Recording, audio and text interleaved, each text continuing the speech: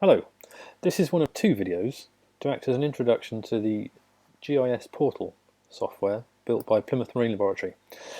This piece of software is an open source package that's available on GitHub. You can download it and install it yourself, and it's used for exploring and analysing geospatial data.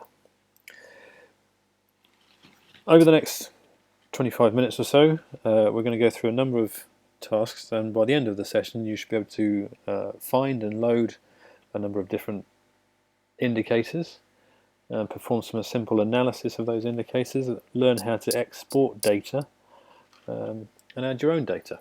So we'll get started. This is the welcome interface. On the welcome screen you get a little message here and a button that invites you to start building a map.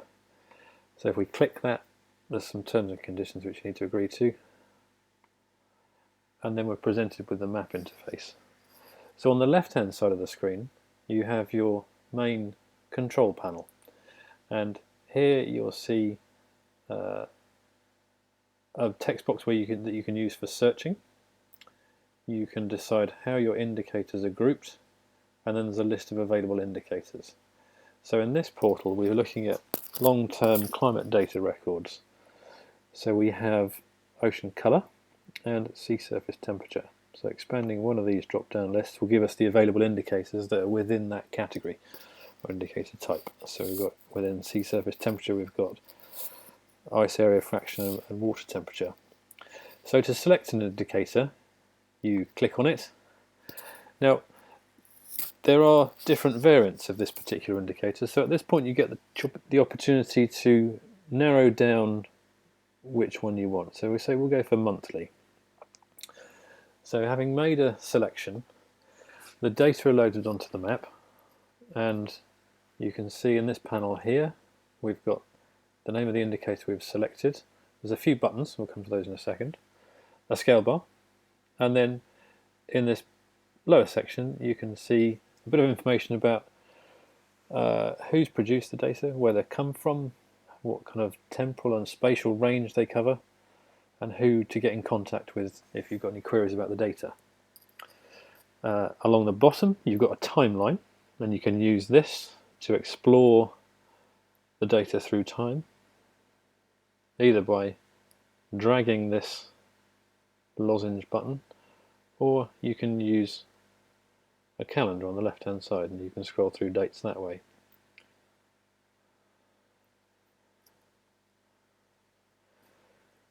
So if we go back to this panel, these buttons here, we've got a toggle visibility button that decides whether the layer is visible or not, and then we have the layer settings tab. So this is where you can control the color scale, or the color palettes rather. So we've got a minimum and maximum scale values, whether or not to use a logarithmic scale, which this particular indicator does.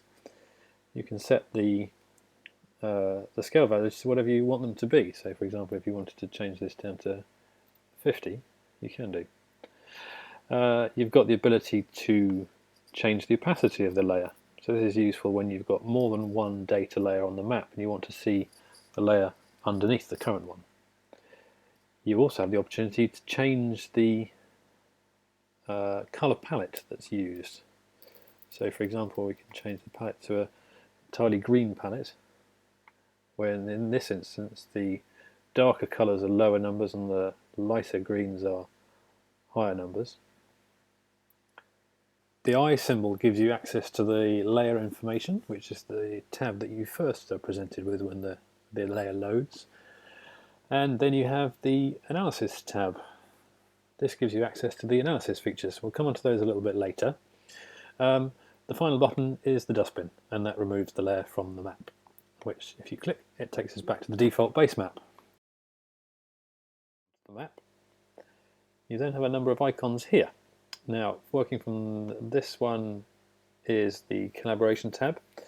This is a feature that allows you to share a view of the portal with other people who are not necessarily in the same room as you, and you can both look at the same data at the same time. We'll come on to that a bit later on. The display settings tab gives you a number of options to change the way the map appears. So for example, if I take, I'm just going to hide it actually for now. I can change the base map. So there are a number of different types of base map available. So here you can change base map. There are a selection of base maps available. Just by selecting one, we'll change the underlying map. And which one you pick really depends on what kind of use you have for the portal at the time. The one from EOX is a very simple one. It's a nice plain map that doesn't show too much detail. That gives you an idea of which bit of the world you're looking at. The Stored Graphs tab will give you access to the plots that you've created through the Analysis tab, and we'll come to that in a second. And then the User Dashboard, that will give you access to your user account details. And you've got the ability here also to hide the whole lot away, so you can see more of the map.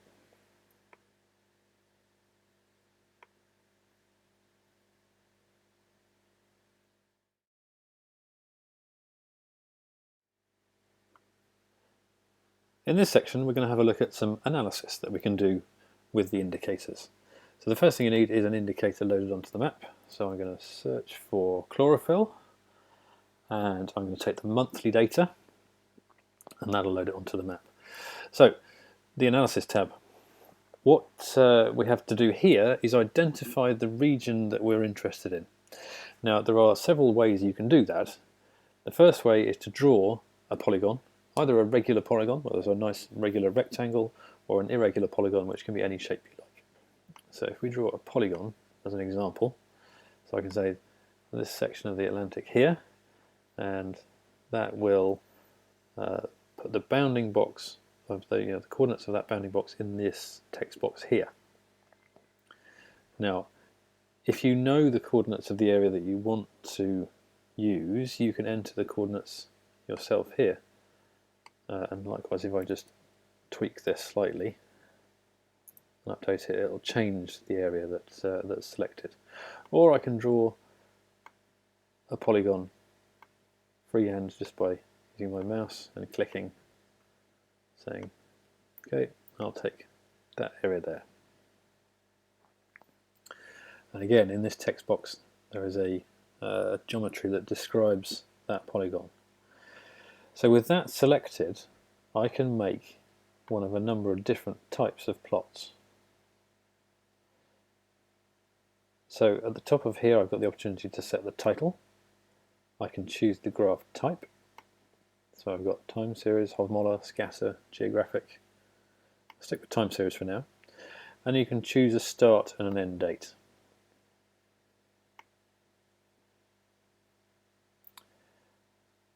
So at this point I click Create Graph, and what that will do is it will extract the data for the polygon that I've selected and produce an average over the area, and then give me a plot that shows me the average over time.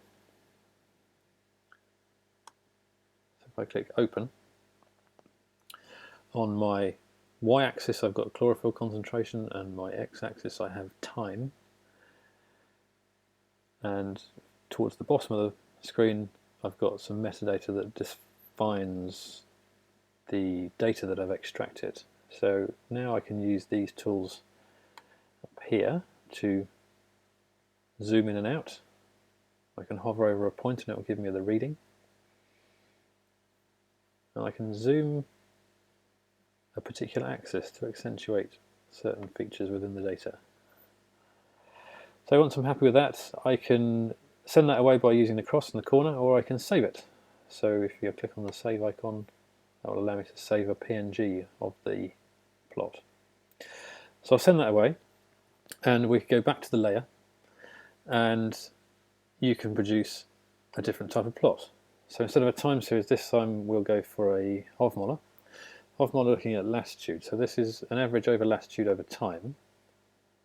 So again, we select our start and end date and hit Create Graph, and that will take an average over each latitudinal slice over time and produce a plot.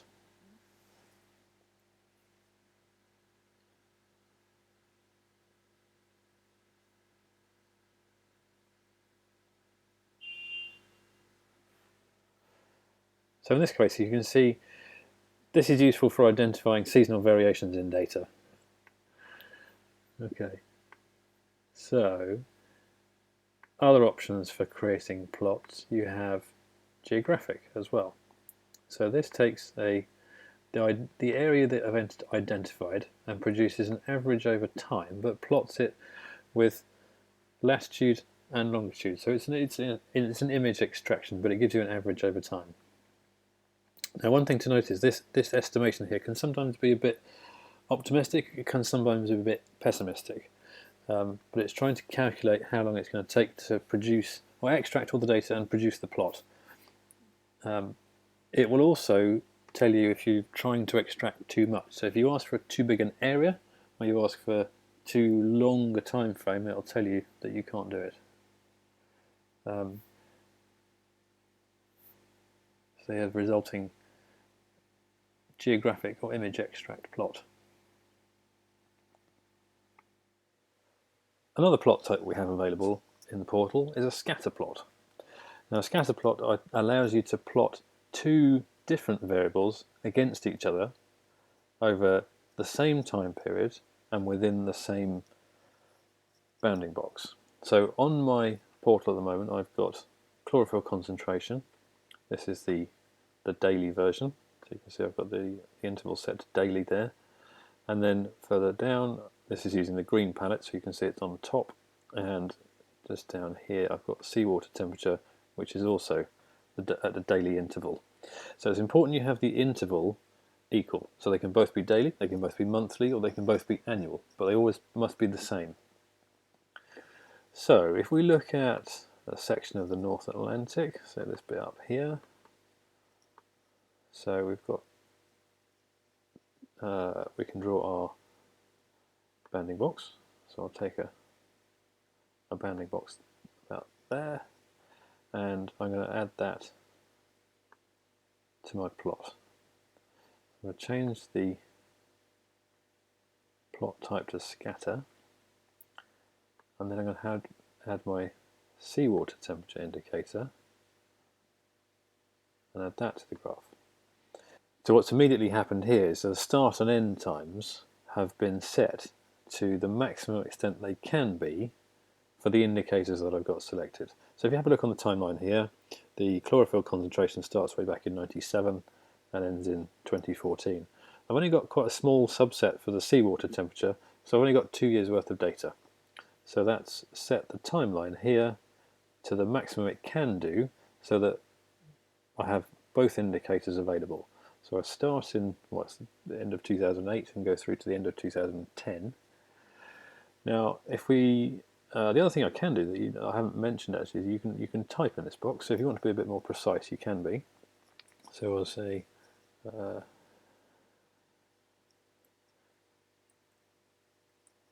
when you type, the slide will move automatically. So if we take let's take about a 6-month period.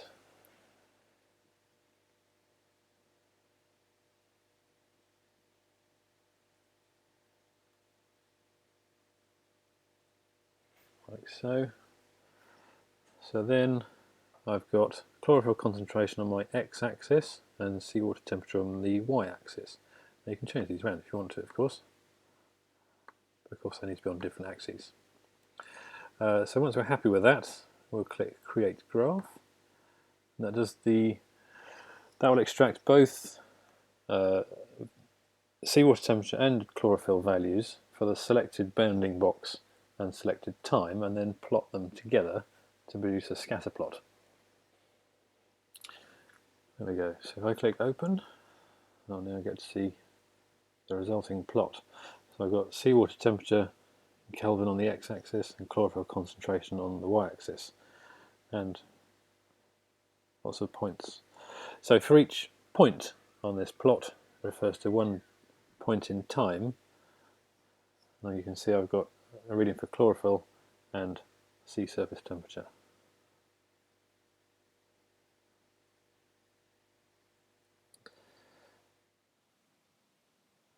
So now we've seen how to make time series, Hofmoller, scatter and geographic plots.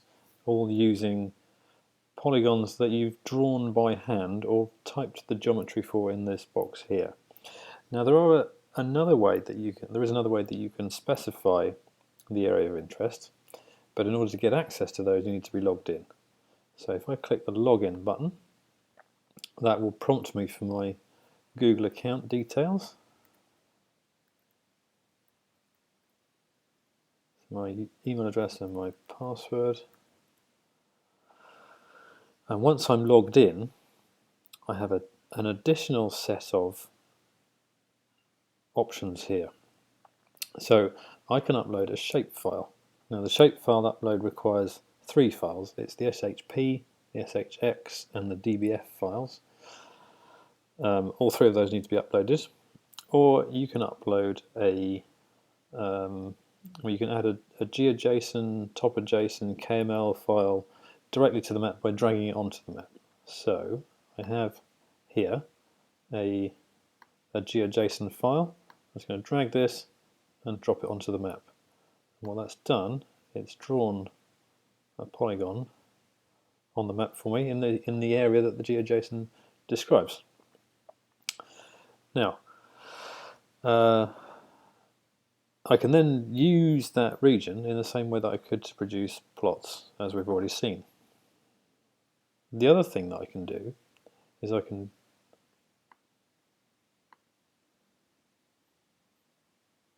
use this button down here, clear selection. That will take the dragged and dropped GeoJSON file off the map. I can again draw my own area of interest, and now next to the geometry text box I have a save button. So I can save that. I can say, let's call it South Atlantic. When I click submit, the details of that are saved with my account, so only I will be able to have access to that, and it's available to me in this drop down box here. So again, I can use, next time I come back to the portal and log in, this select option will be available to me, and I can load that polygon straight back onto the map and use that for all of the analysis types that we've already seen.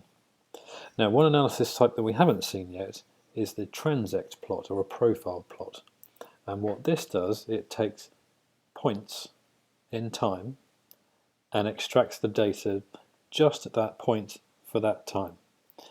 So to get access to this, you need a CSV file. Now the CSV file needs to contain 3 things: a latitude, a longitude and a date and time. So if you upload your CSV file, I'm going to upload files, and I'm going to find my track CSV file. And click open. And what that will do, it will read the CSV file and put a point on the map for each point in the CSV file. And what I can do is click on these points and it will give me the latitude, the longitude, and the date and time value. Now with the CSV file uploaded, when I click Make New Graph, the only option available to me is Transect. And I can only have one indicator for this type of plot, and there's no time bounds because the time bounds, or the time values, are bound to the latitude and longitude. So when I click Create Graph, what this does, it will extract the value for the indicator at each point in time for the CSV file they've uploaded. So as you'll see here, I've got a latitude and longitude and a value for each entry in the CSV file.